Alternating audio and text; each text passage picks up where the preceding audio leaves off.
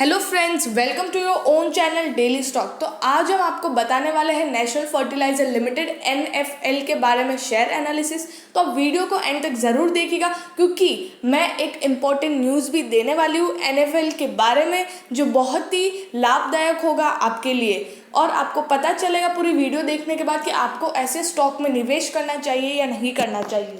आगे बढ़ने से पहले अगर आपने हमारे चैनल को सब्सक्राइब नहीं किया हो तो आप हमारे चैनल को सब्सक्राइब ज़रूर कर दीजिएगा। अब हम आपको कंपनी के बारे में बताएंगे, लेकिन उससे पहले मैं एक इम्पॉर्टेंट न्यूज़ बता दूं कि एनएफएल एक गवर्नमेंट कंपनी है और उसको गवर्नमेंट प्राइवेटाइज करने का सोच रही है या 90% वो उसको प्राइवेटाइज मतलब 90% सोच रही है कि उसको प्राइवेटाइज करने वाली है। और उसी चीज़ से शेयर में एक बहुत ही अच्छा एक स्पार्क आया है, शेयर प्राइस में उछाल आई है। अब मैं आपको कंपनी के बारे में बताऊंगी कि नेशनल फर्टिलाइजर लिमिटेड का मेन काम आपको पता चल गया कि फर्टिलाइजर का क्या काम है। उसमें वो मार्केटिंग करती यूरिया की। सबसे पहले आपको बताऊंगी कि यूरिया क्या होता है। यूरिया खाद होता है जो प्लांट्स के लिए बहुत ज़्यादा इम्पॉर्टेंट होता है। प्लांट्स की जो लीव्स है वो एकदम ग्रीन हो जाती है जब यूरिया खाद जो है यूरिया उसमें डाला जाता है। और उसके बाद प्लांट्स के लिए मतलब फोटोसिंथेसिस का जो प्रोसेस होता है वो आपको पता ही होगा, उसके वो भी बहुत इजीली हो जाता है। और उसके बाद नीम कोटेड यूरिया क्या होता है, यूरिया जो मैंने अभी आपको बताया, और जो नीम के पेड़ का जो ऑयल निकलता है उस ऑयल से जो कोट करते ना यूरिया को, वो होता है नीम कोटेड यूरिया। तो कंपनी का जो एनएफएल का काम है यूरिया और नीम कोटेड यूरिया का प्रोडक्शन करना और उसका मार्केटिंग करना। अब बात करते हैं कंपनी डेटा की। सेक्टर का पी देखोगे तो 29.36 है और कंपनी का पी है -14.34। अगर आप सेक्टर के पी से कंपेयर कर रहे हो तो कंपनी का जो शेयर प्राइस है वो अभी क्या बोलूँ मैं, मतलब पी रेशियो लॉस में क्यों है, पहली बात तो वो बताऊंगी मैं आपको। क्योंकि कंपनी का जो नेट प्रॉफिट है वो लॉस में है, उस वजह से कंपनी का पी रेशियो भी लॉस में है। लेकिन अभी ये लॉस में आया है। अब हो सकता है नहीं, 90% हो सकता है कि कंपनी फिर से प्रॉफिट में आएगी क्योंकि इसको प्राइवेटाइज करने वाले हैं और एनएफएल फर्टिलाइजर में टॉप कंपनी में आती है। अब इसका सेक्टर का पीबी देखेंगे 2.72 है, कंपनी का पीबी है 1.36। तो बुक वैल्यू के टर्म्स में भी देखोगे तो ये कंपनी आपको कम रेट्स में, कंपनी का जो शेयर प्राइस है वो आपको कम रेट्स में मिल रहा है। डिविडेंड यील्ड इसका बहुत ही अच्छा 1.79%, मतलब जो शेयर प्राइस है उससे 1.79% आपको डिविडेंड देती है। सेक्टर का डिविडेंड यील्ड है 1.16%। ये कंपनी साल में 2 बार डिविडेंड भी देती है। ये स्मॉल कैप है जिसका मार्केट कैपिटलाइजेशन 2597 करोड़ का है और 524 नंबर पे ये आती है स्टॉक मार्केट की कंपनियों में। इसका 20 डे एवरेज डिलीवरी, मतलब अगर आप 20 दिन का एवरेज निकालते हो कि लोगों ने कितने शेयर्स उठाए हैं इस कंपनी के, तो वो है 4,58,822। इतने शेयर्स उठाए हैं और इसका बीटा है 0.68। अब बीटा क्या होता है, अगर मार्केट 10% ऊपर जाता है तो इस कंपनी का जो शेयर प्राइस है ना वो भी 6.8% ऊपर जाएगा। अगर 10% तो कंपनी का शेयर प्राइस में 6.8% नीचे आएगा। ये होता है बीटा। अब मैं आपको फाइनेंशियल ट्रेंड बताऊंगी। तो यहाँ पे हमने 4 साल का आपको रेवेन्यू और प्रॉफिट लॉस बताया है। जहाँ पे आप रेवेन्यू देखोगे मतलब सेल्स, कंपनी का एक भी साल ऐसा नहीं है कि कंपनी का सेल्स नीचे आया। हर साल कंपनी का सेल्स इंक्रीज हो रहा है 7.64 थाउजेंड करोड़, जो पिछले साल से 5% ऊपर था। 2018 में 9,000 करोड़ का इनका सेल्स है। 2018 में 9,000 करोड़ का, 2019 में देखिए 12.48 थाउजेंड करोड़, मतलब 34% सेल्स में इंक्रीमेंट आया है। और उसके बाद आप सेल्स देखिए 13.19 थाउजेंड करोड़, मतलब कुछ 5% सेल्स में इंक्रीमेंट आया। और उसी के सामने अगर आप प्रॉफिट देखोगे कंपनी का तो वो इतना अच्छा खासा नहीं है।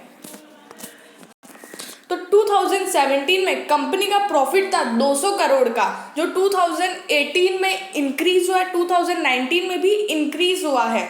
मतलब जितना इंक्रीज होना चाहिए था उतना इंक्रीज नहीं हुआ है, क्योंकि कंपनी के जो एक्सपेंडिचर्स है वो बहुत ही है, और उस वजह से 2020 में कंपनी लॉस में आ गई है 180 करोड़। तो कंपनी का यहाँ पे लॉस बहुत ज़्यादा है। अगर आप देखोगे कि कंपनी का रेवेन्यू इंक्रीज हो रहा है, लेकिन कंपनी का लॉस भी आया है 2020 में।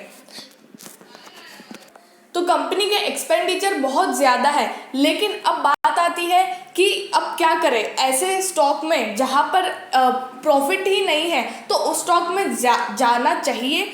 तो बात है कि अब ये जो कंपनी है वो गवर्नमेंट से प्राइवेट होने वाली, मतलब जो प्राइवेट होल्डर्स है उनके पास जाने वाली है। तो उस वजह से जब कंपनी का मैनेजमेंट अच्छा होगा तो कंपनी भी अपने आप ऊपर आ जाएगी, क्योंकि ये कंपनी में भले ये लॉस में फिर भी इसमें ग्रोथ दिखाई दे रहा है, मतलब इसमें और ग्रोथ है। तो आप समझ सकते हो कि कंपनी, और एक कंपनी जो NFL है वो बेस्ट फर्टिलाइजर कंपनी में भी आती है।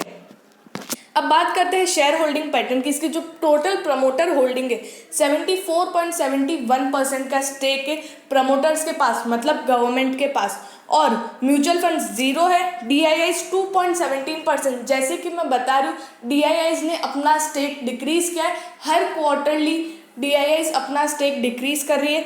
FII ने अपना स्टेक इंक्रीज किया 0.08% से। जैसे कि पिछले क्वार्टर में उनका स्टेक 0 था, इस क्वार्टर में उन्होंने अपना स्टेक इंक्रीज किया है।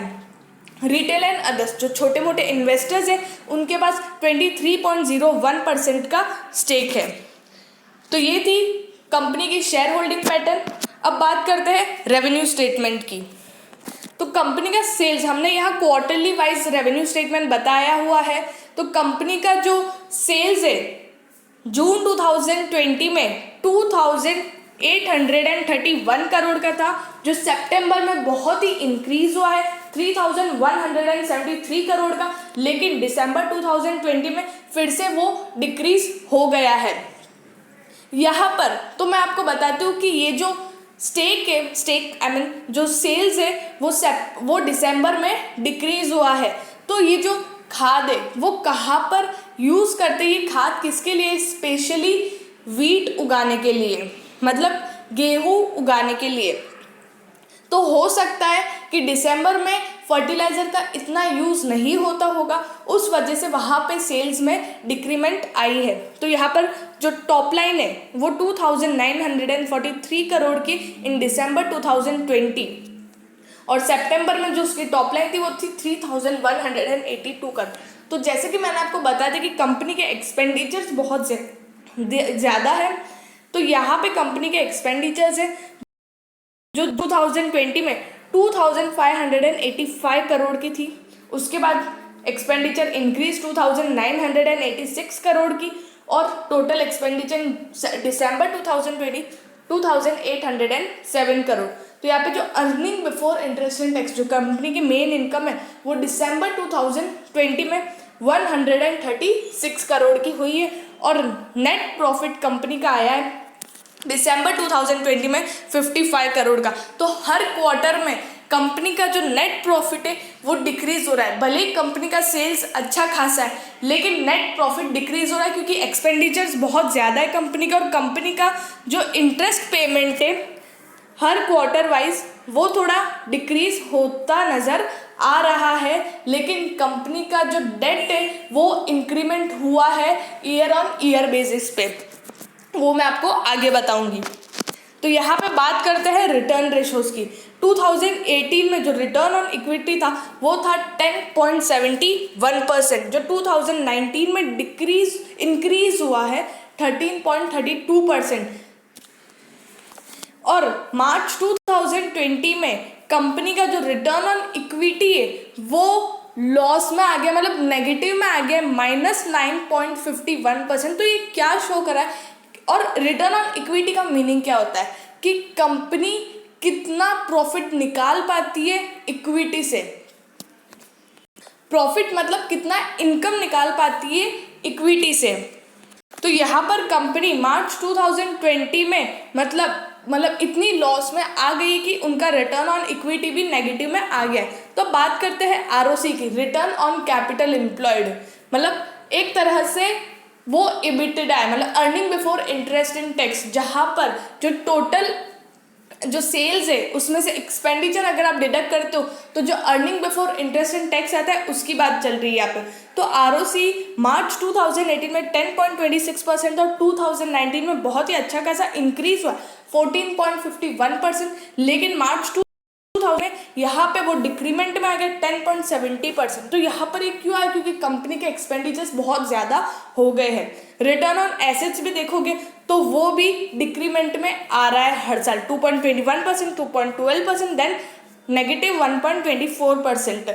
मतलब क्या होता है कि जो एसेट्स है ओवरऑल कंपनी के, उस पर रिटर्न नहीं मिल रहा है, उस पर रिटर्न अच्छे से नहीं मिल रहा है, उस वजह से जो कंपनी के रिटर्न रेशियोज है वो इतने अच्छे खासे नहीं है।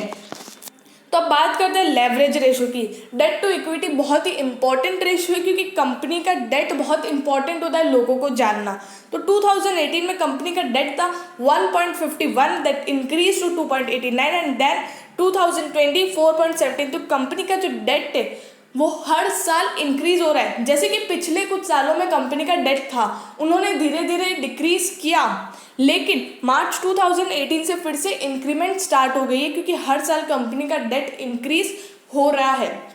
उसके बाद इंटरेस्ट कवरेज रेशियो देखोगे तो वो यहाँ पे डिक्रीमेंट में 2.76%, देन 2.46%, देन 1.34। तो यहाँ पे क्या शो हो रहा है कि जो कंपनी का मतलब कंपनी जो इंटरेस्ट पे करना चाहती है वो उसमें कैपेबिलिटी नहीं रही है इंटरेस्ट पे करने की, उस वजह से ये डिक्रीमेंट में आ रहा है। क्योंकि इंटरेस्ट कवरेज रेशियो हमेशा इंक्रीमेंट में होना चाहिए, मतलब लाइक 2.76 देन 3%, मतलब इंक्रीमेंट वे में होना चाहिए। तो वो एक पॉजिटिव चीज़ होती है कि कंपनी के पास कैपेबिलिटी इंटरेस्ट पे करने की। तो यहाँ पर भी लेवरेज रेशियो भी कंपनी के अच्छे खासे नहीं है। तो बात करते हैं मार्केट प्राइस की। इसका 5 ईयर हाई है 89.45 और इसका जो करंट मार्केट प्राइस है वो है 52.95 और ये 18.06% इंक्रीज हुआ है, 8.10 रुपीज़ इंक्रीज हुआ है। क्यों? क्योंकि उस दिन ये न्यूज़ आई थी कि गवर्नमेंट प्राइवेट करने वाली है NFL को, उस वजह से इतना इंक्रीमेंट दिखाई दिया है। तो जैसे कि इस स्टॉक में भले ही लॉस हो रहा है, कंपनी के एक्सपेंडिचर्स बहुत इंक्रीज हो रहे हैं, लेकिन जब ये NFL प्राइवेट सेक्टर के पास जाएगी तो हो सकता है प्राइवेट सेक्टर बहुत ही अच्छे से मैनेज करे इसको, इसके एक्सपेंडिचर्स को स्टेबलाइज करे और उसके बाद ये कंपनी फिर से अच्छे दौरे पे आ सकती है। तो जैसे कि अगर आपने ऑलरेडी इसमें पैसा डाल दिया है तो आप बने रहिए इसमें, क्योंकि अब इसमें अच्छी ग्रोथ हो सकती है और हो सकता है कि कंपनी जो 5 ईयर हाई है उसको भी ब्रेक करके आगे बढ़े, क्योंकि इसमें ग्रोथ तो है कंपनी में। और अगर आप अब इसमें पैसा डालना चाहते हो तो आप इसमें पैसा डाल सकते हो और कंपनी का जो वॉल्यूम है वो भी बढ़ता हुआ नज़र आ रहा है, तो आप भी इसमें पैसा डाल सकते हो और इससे अच्छा प्रॉफिट कमा सकते हो, क्योंकि ये कंपनी साल में 2 बार डिविडेंड भी देता है। तो अगर आपको वीडियो अच्छा लगा तो please like and share and subscribe our channel.